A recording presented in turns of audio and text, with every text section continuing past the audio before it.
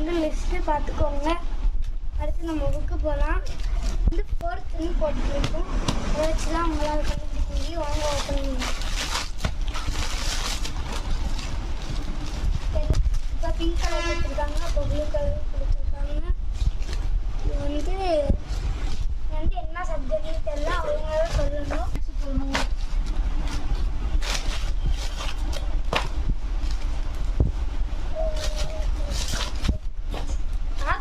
சின்னதாக இருக்கும்போது இருக்கான நிறையா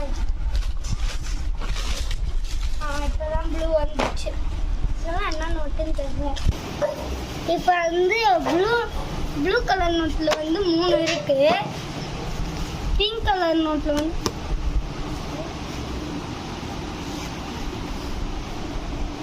9 நோட்ஸ் இருக்கு. மொத்தமாக வந்து நம்மளுக்கு வந்து 12 நோட்ஸ் இருக்கு.